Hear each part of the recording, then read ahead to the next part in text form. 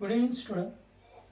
Now we are started third lecture of gene और molecular basis of inheritance. इस third lecture में हम Hershey और चेस का जो बैक्टीरियोफेग नाम के वायरस के ऊपर किए वाला एक्सपेरिमेंट को एक बार रिपीट करेंगे. क्या है ये एक्सपेरिमेंट, पहले हम समझ लेते हैं. आपको अच्छी तरह से मालूम होगा कि जो इचरिचिया कोलाई है ये एक बैक्टीरिया है. क्या नाम बताया मैंने? इचरिचिया कोलाई बैक्टीरिया. इसके ऊपर एक वायरस जिसका नाम है बैक्टीरियोफेग, ये जिंदा रहता है. एक वायरस, क्या नाम इसका? बैक्टीरियोफेग. ये जिंदा रहता है. इस बैक्टीरियोफेग को खाना क्या खिलाया जाए? तो इसको खाना खिलाया गया पहले S35 सल्फर का 35 आइसोटोप. मैंने पिछले लेक्चर में पूछा था आइसोटोप क्या है, तो एक्सपेक्टेड है आपका आंसर आया होगा. क्या है isotope? Isotope are the atoms having same atomic number but different mass number. यह आपने फिजिक्स में पढ़ा होगा, बराबर है. केमिस्ट्री में भी आया होगा. अब आपको अच्छी तरह से ये पता करना है कि आइसोटोप का क्या फायदा है. आइसोटोप माने तो एक ऐसा एटम जिसके न्यूक्लियस में एक्स्ट्रा न्यूट्रॉन डाला गया, इसलिए उसका मास बढ़ता है. मगर इसका एक और प्रॉब्लम है. कौन सा मालूम है? ये रेडिएशन फेंकता है, रेडियो एक्टिव रहता है. माने तो दूसरे कंडीशन में बोले जाए तो एकदम सिंपल है कि एक आधे आदमी की क्षमता क्या है, ज्यादा से ज्यादा 3 रोटियां खाने की, मगर उसको 4 या 5 रोटी खिला दी तो उसको वेट बढ़ेगा, साथ में वो डकारेगा भी और गैस भी छोड़ेगा.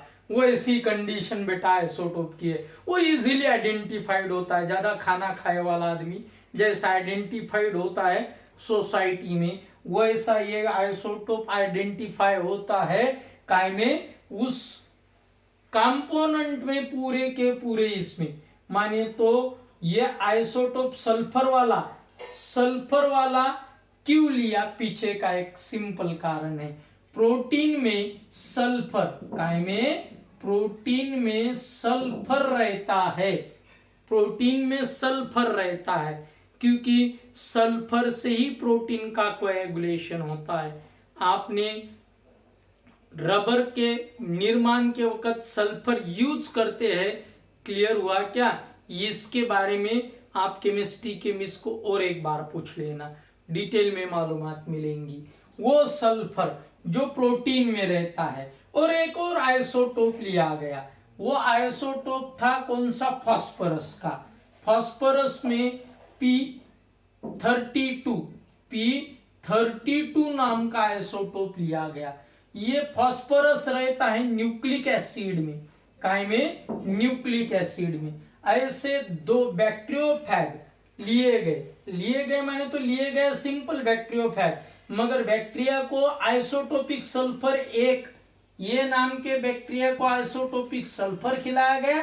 बी नाम के बैक्टीरिया को आइसोटोपिक फास्फोरस खिलाया गया.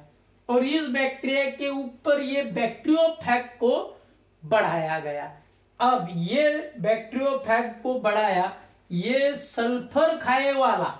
कौन खाए वाला? सल्फर खाए वाला जो बैक्टीरियोफेग है उसके कोट में माने तो क्या, उसके बाहर के सरफेस पे सल्फर था. और जो बैक्टीरियोफेग क्या खाए वाला? फास्फोरस खाए वाला. क्या खाए वाला? फास्फोरस खाए वाला. उसके काय में था? डीएनए में आइसोटोप था. ऐसे अलग अलग 2 बैक्टीरिया लिया, अलग अलग लिए, ये अलग बी अलग. अब ये को खिलाया सल्फर, बी को खिलाया फास्फोरस. फिर ये बैक्टीरियोफेग को मल्टीप्लाई किया माने तो क्या किया? उसको और इचरिचिया कोलाई खिलाए, क्योंकि बैक्टीरियोफेग का काम क्या है? इस इचरिचिया कोलाई बैक्टीरिया को खाए और अपनी कॉपी बना दे। इचरिचिया कोलाई बैक्टीरिया को खाए और अपनी कॉपी बना दे। ठीक है, ये कंडीशन यहां पे की गई। अब इसको खाया किसने? ये सल्फर जिसने उसने खाया किसको? इचरिचिया कोलाई को। इसने अपनी कॉपियां बनाई। मगर आपको मालूम है कि ये बैक्टीरियोफेज का जो बाहर का कंकाल है, अगर आपको याद होगा तो मैंने घोस्ट ये वर्ड यूज किया था, याद रखना। जिन का भी मतलब घोस्ट होता है, जिन का भी मतलब घोस्ट होता है इंग्लिश में, वो घोस्ट जिसके ऊपर सल्फर लगा है वो बाहर ही रह गया और उसके आगे के जनरेशन में जो बैक्टीरियोफेज बने उसमें कोई रेडियो एक्टिविटी नहीं मिली। क्या नहीं मिली? कोई रेडियो एक्टिविटी नहीं मिली। क्लियर हो गया कि सल्फर ये जेनेटिक मटेरियल में इन्वॉल्व नहीं है। मतलब प्रोटीन में सल्फर है तो प्रोटीन जेनेटिक मटेरियल नहीं है, क्योंकि आगे के जनरेशन में सल्फर मिला ही नहीं, वो बाहर के बाहर ही रह गया। वही फास्फोरस लिया, उसका डीएनए अंदर गया और इस डीएनए से बने वाले जो बैक्टीरियोफेज थे, इसके अंदर जो बैक्टीरियोफेज बन गए, ये ऐसे ऐसे ऐसे ऐसे ये ऐसे, इसके अंदर जो बहुत सारे बैक्टीरियोफेज बन गए, उसमें बाकी फास्फोरस वाले इसमें आगे के जनरेशन में क्या मिला? रेडियो एक्टिविटी मिली। इसका मतलब क्लियर हो गया कि जेनेटिक मटेरियल ये डीएनए है, न्यूक्लिक एसिड है, और वो डीएनए जो अंदर जाने के बाद आगे के जनरेशन में जाता है किसके? बैक्टीरियोफेज के। और इस एक्सपेरिमेंट को ट्रांसडक्शन बोलते हैं, क्योंकि अपना जेनेटिक मटेरियल ये वायरस बैक्टीरिया के पेट में इंजेक्ट करते हैं, इसीलिए इसको ट्रांसडक्शन बोलते हैं। क्या बोलते हैं? ट्रांसडक्शन। बेटा फ्रेडरिक ग्रिफ्थ और मैककार्टी मैक्लोडी ओसवाल्ड लेवरी का एक्सपेरिमेंट ये ट्रांसफॉर्मेशन है, ये ट्रांसडक्शन है। ध्यान में रखना है, क्योंकि आगे transcription, translation, transduction, transmission, transformation, अरे बहुत सारे टर्म आने वाली है, तो कंफ्यूजन नहीं होनी चाहिए।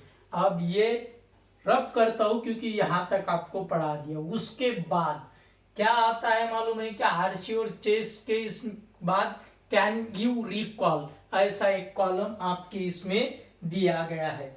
ऐसा कैन यू रिकॉल, ये कॉलम आपके इसमें दिया गया है। इस कॉलम के हिसाब से हम कुछ और एक्सप्लेनेशन देंगे। ये हो गया आपका हर्शी चेस का एक्सपेरिमेंट, मैंने 2 बार क्लियर किया, एक एक टॉपिक 2 बार ले रहा हूं, और ये सभी स्टूडेंट को देखना कंपलसरी है। नहीं तो जो पीसीएम वाले हैं वो सोचेंगे कि मेरे को क्या जरूरत है, मैं सिर्फ क्या करूंगा, टाइम मिला तो फास्ट रिवीजन ही लूंगा इन चैप्टर की जो हो रहे हैं। क्लियर हुआ क्या? ज्यादा से ज्यादा 2-2, 3-3 चैप्टर इसमें मैं कंप्लीट करूंगा, क्योंकि एक्सपेक्टेड रहेगा कि मैंने आपको पढ़ाया है। नहीं तो मेरे हिसाब से ये हमारा जुलाई अगस्त तक जा सकता है लॉकडाउन का पीरियड, क्योंकि जो रैपिड कोरोना पेशेंट बढ़ रहे हैं उसके हिसाब से बोल रहा हूं। ठीक है, इसीलिए जितना हम यहाँ पे कर लेंगे उतना ज्यादा फायदे का। एक भी स्टूडेंट इसको मिस नहीं करेगा, पक्का ध्यान में रखो, क्योंकि मैं कल एक और ऑब्जेक्टिव डालूंगा टेस्ट, वो एक्चुअली कौन काय के लिए? नीट स्टूडेंट के लिए, मगर पीसीएम वाले सॉल्व कर सकते हैं। कंपलसरी नहीं पीसीएम वालों ने मेरे को रिप्लाई देना, मगर नीट वालों को कंपलसरी है मेरे को रिप्लाई देना।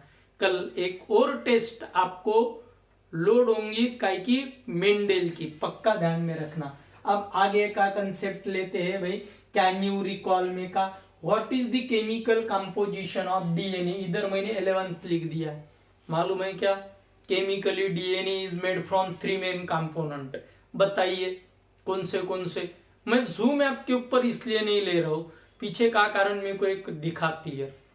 सिंपल सा कारण दिखा कि कभी कभी वो टाइम के ऊपर बच्चे को समझो अर्जेंट बाहर जाना है, बाथरूम को जाना है, फिर गया वो झूम, आपका वो कंडीशन चलेगी। आप मेरा वीडियो कभी भी देख सकते हैं एज पर यूर कन्वीनियंस। समझ में आ रहा है क्या? आपके कन्वीनियंट के हिसाब से देख सकते हो, देखना जरूरी है, क्योंकि एक भी वीडियो मिस किया और ध्यान में नहीं आया, आपको समझ में नहीं आया, तो तकलीफ आपको होनी है। ठीक है, पक्का ध्यान में रखना है। अब वही कंडीशन डीएनए की बताई थी, तो भी एक बार रिवाइज करता हूं। Chemically DNA molecule made from 3 main components, which of those? 1 phosphate group, pentose sugar and nitrogen base. बताया था ये।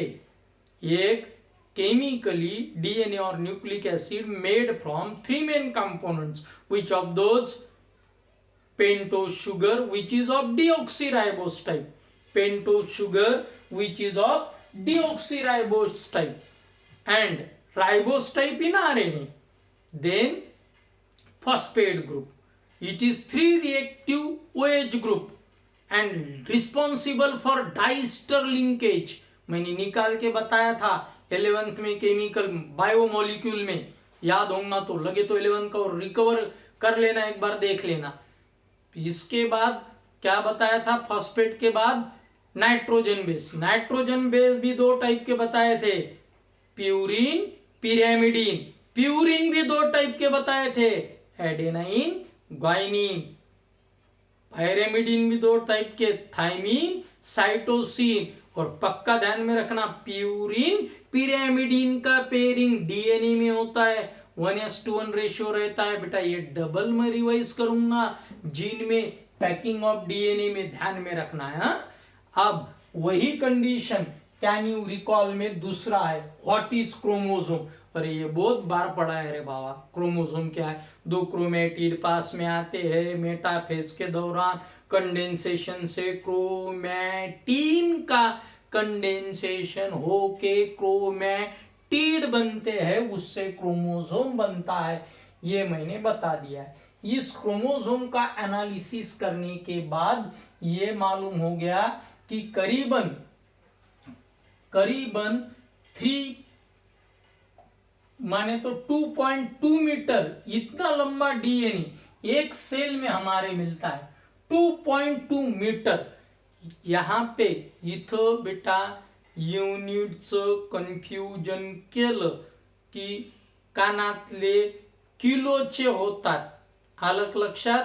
ग्रॅमचे राहत नाही। किलोग्रॅम वेगळं आणि ग्रॅम वेगळं। आपण कानातलेले किलोग्रॅम मध्ये लिहू शकतो, पण 0.00 मध्ये, ते लक्षात ठेवायचं। मी इथं मीटर म्हणून राहिलो, 2.2 मीटर। आता हे 2.2 मीटर डीएनए तथी कोण स्केल लावायला गेलं, हा एक प्रश्न आहे। एक साधं कॅल्क्युलेशन केलं की याच्या टोटल नायट्रोजन बेस किती मिळतात एका सेल मध्ये, काढले अनालिसिस करून, टोटल नायट्रोजन बेस काढले। टोटल नायट्रोजन बेस काढल्यानंतर त्याला 3.4 न काय केलं, अँगस्ट्रॉंग न मल्टिप्लाय केलं। मग इतके नायट्रोजन बेस याच्यात भेटले डीएनएचे, त्याच्यातून काय केलं, त्याला तितक्यानं मल्टिप्लाय केलं, तर लगेच लक्षात आलं की 2.2 मीटर इतका लंबा डीएनए याच्यात आहे। कशात? एका सेलमध्ये।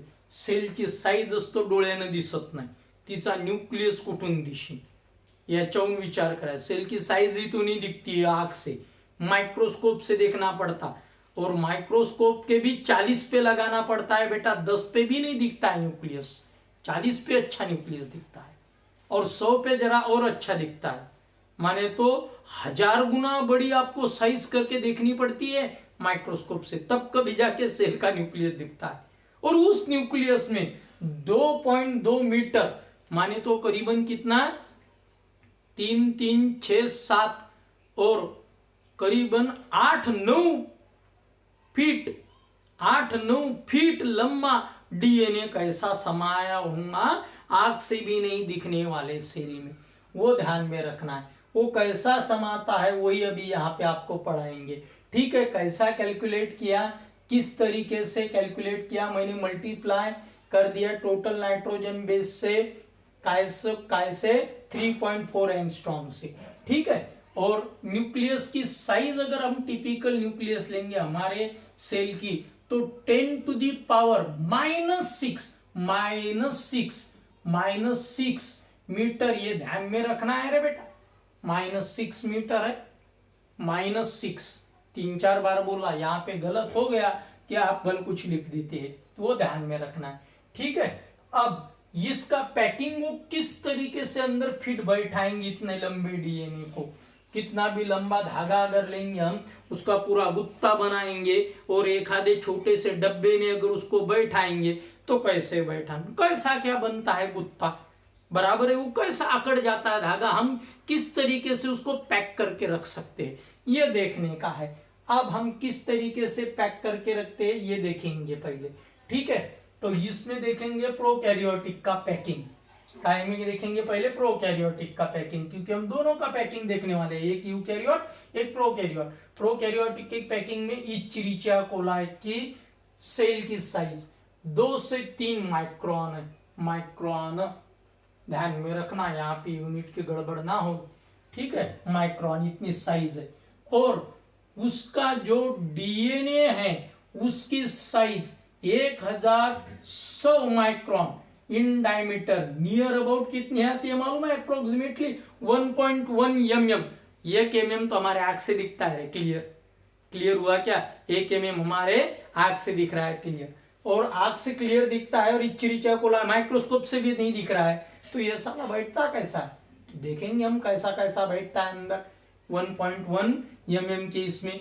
तो इसमें आपको एक ध्यान में रखना पड़ेगा कि सेल के साइज की इसमें पहले 350 माइक्रोन वाला अगर उसका डीएनए ऐसा पूरा लंबा कर दिया, कितने 350 माइक्रोन वाला डीएनए लंबा कर दिया, तो वो हो गया रिलैक्स सर्क्यूलर अनफोल्डेड डीएनए।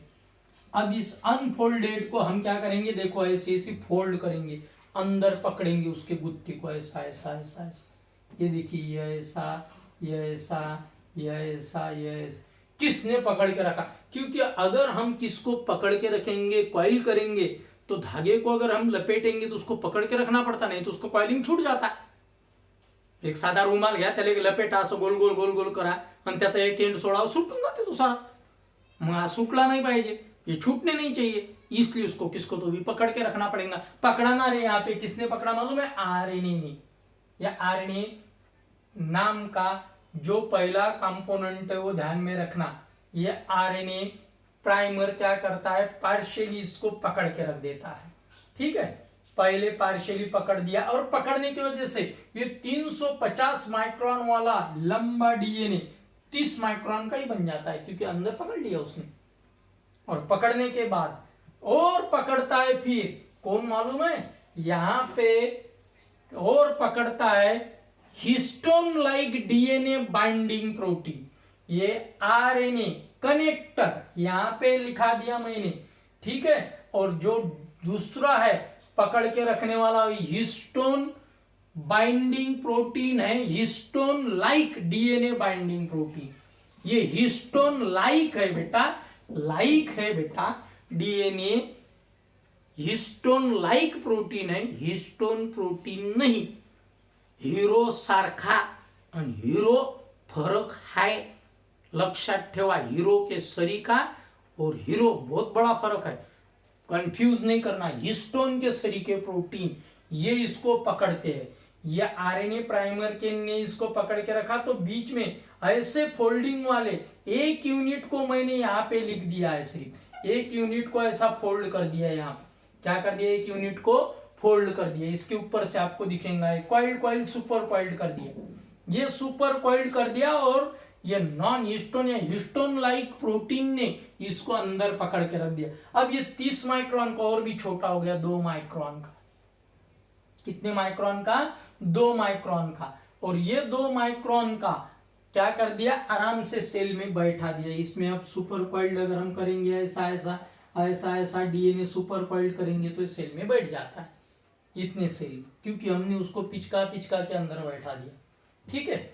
ये सुपर कॉइलिंग है, ये कैसा समझ में आया, तो इसमें पहले आरएनए क्लियो माने तो आरएनए को डाइजेस्ट करने वाला, डीएनए डाइजेशन और आरएनए डाइजेशन वाला ये एंजाइम डाला, एंजाइम डाला तो बराबर आरएनए एंजाइम डाला तो ये डीएनए छूट गया, ठीक है। और वैसा ही क्या कर दिया, डीएनए डाइजेशन वाला डाला तो भी छूट गया। आपको यहाँ पे लूप वाले से डीएनए निकाल के बताए है किताब के इसमें, ठीक है। ये छूटे वाले अगर एक एक एंजाइम डाले तो एक एक डीएनए ऐसा छूट के बाहर निकलता है, एक भाग इसका जो कंडेंस कंडीशन है निकलता है। मगर ये डीएनए को न्यूक्लियोइड बोलते हैं रे बेटा, क्योंकि प्रोकैरियोटिक में डीएनए क्या नहीं रहता है, न्यूक्लियस में नहीं रहता है, तो उस डीएनए को न्यूक्लियोइड बोलते हैं, पक्का ध्यान में रखना। ये हो गई प्रोकैरियोटिक की पैकिंग, अच्छी तरह से ध्यान में रखना है। क्लियर हुआ क्या? अब दूसरा हम और सर्कुलर डीएनए कैसा फोल्ड होते गए प्रोकैरियोटिक का बताया। अब हम यूकैरियोटिक की पैकिंग देखेंगे, काय की यूकैरियोटिक की। ये आर कोरनबर्ग नाम के साइंटिस्ट ने मेरे जन्म के साल में क्या कर दिया, इसको निकाले वाला है, क्या कर किए वाला है, निकाले वाला है, ढूंढ के कि किस तरीके से पैक रहता है 1974 में। थोड़ा सा ध्यान में रखने के लिए कुछ अलग वर्ड यूज किए, याद रहे तो बहुत अच्छी तरह। ये साइंटिस्ट का नाम अच्छी तरह से याद रखना, ठीक है। आर कोरनबर्ग और 1974 में बीडेड मॉडल क्रोमेटिन का रखा।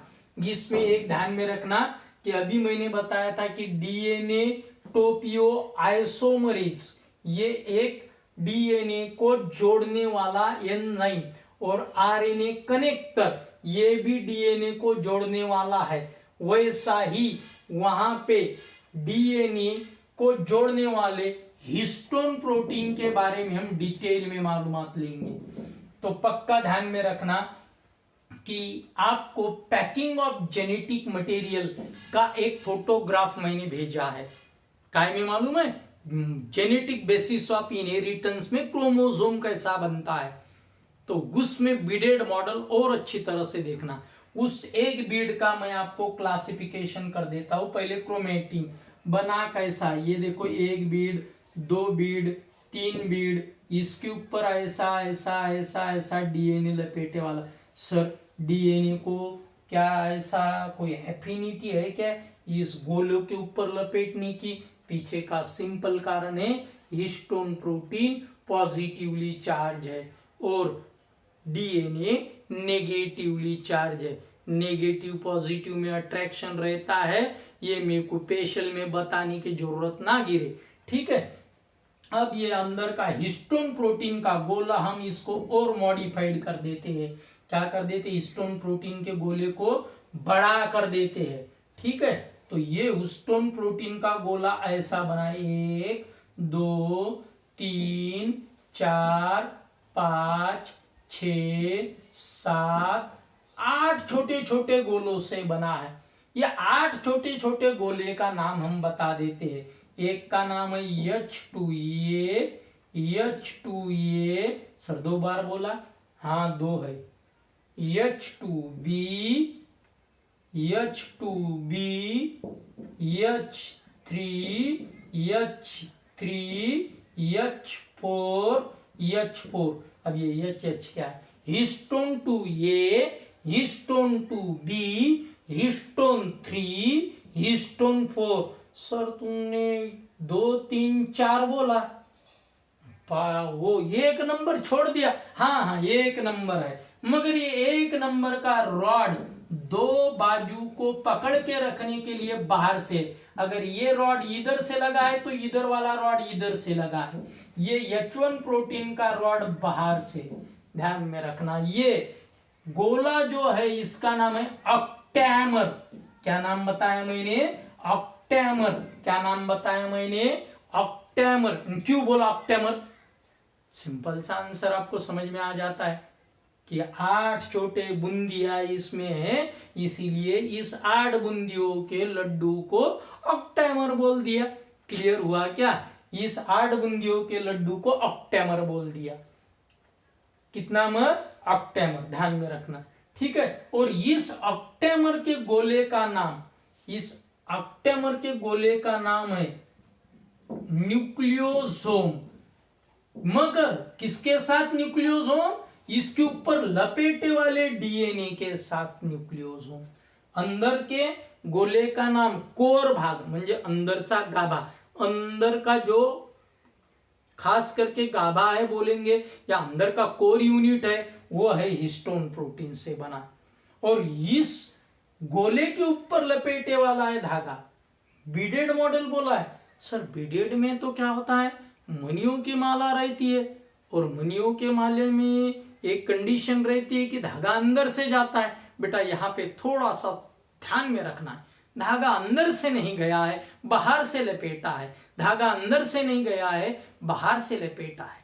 ये ध्यान में रखना तो आपको प्रॉब्लम बहुत ही कम रहेगा। और वो लपेटा है तो इतने 2/3 टर्न उसके ऊपर मारे हैं। ये आगे पक्का ध्यान में रखना, क्योंकि इसके ऊपर क्या रहेंगे वाले, नीट वाले ध्यान रखे, क्योंकि इसके ऊपर आपको कैलकुलेशन रहेंगे कि कितने नाइट्रोजन बेस इसके ऊपर लपेटे हैं।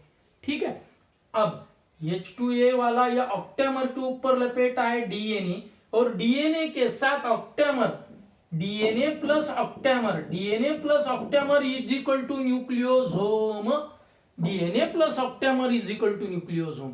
और फिर एक न्यूक्लियोसोम दूसरा न्यूक्लियोसोम इसके साथ कनेक्ट किए वाला H1 प्रोटीन ने, और इसके साथ ये जो बीडेड मॉडल, एक बीड मैंने बड़ा करके निकाला है, और ये बीडेड माने तो दाने दाने वाला ये जो धागा दिख रहा है इसका नाम है क्रोमेटिन। अब ये दाने दाने वाला धागा मैं जरा पास लेता हूं, इधर ध्यान में आने चाहिए। देखो 1 दाना 2 दाना 3 4 5, यार टाइम कम है इस हिसाब से बोल रहा हूँ। ये लपेटे वाला ऐसा ऐसा ऐसा ऐसा डीएनए, ऐसा लगता है एक ही धागा है। क्या लगता है, एक ही धागा है। ये ऐसा एक रॉड ही लगता है। ये हो गया क्रोमेटिन। ऐसे 6 से 6000 क्रोमेटिन पास में आते हैं तब बनता है सिलेनॉइड। 6 से 6000 सिलेनॉइड पास में। सर 6 से 6000 ये क्या लगाया, अगर एक आधा छोटा सा जीव होगा तो 6 होंगे, अगर बड़ा जीव होगा तो 600 होंगे, उससे भी बड़ा जीव होगा या ज्यादा मटेरियल का उसमें कंडेंस करने का है तो 6000 होगा। अब वो जीव कैसा है, उसमें जटिलता कितनी है। बड़ा जीव माने तो हाथी में 6000 होंगे ऐसा नहीं, हाँ ऐसा नहीं रे बेटा, जटिलता कितनी है उसमें, इसमें कितने अलग अलग फंक्शन किए जाते हैं, वो प्राणी कितना फंक्शन करता है उसके ऊपर उसकी जटिलता बोली जाती है। ठीक है, जितना जटिल होगा उतना कंडेंसेशन ज्यादा होगा। और ऐसे कंडेंस करने के बाद फिर बन जाता है क्रोमेटिड, और 2 क्रोमेटिड जोड़ने के बाद बनता है क्रोमोसोम। ये हो गया बेटा यूकैरियोटिक का पैकिंग। ध्यान में रखना, which part remains outside the nucleosome, H1 protein. पक्का ध्यान में रखना, हिस्टोन प्रोटीन वगैरह किस तरीके से रहते, आज के लिए काफी है।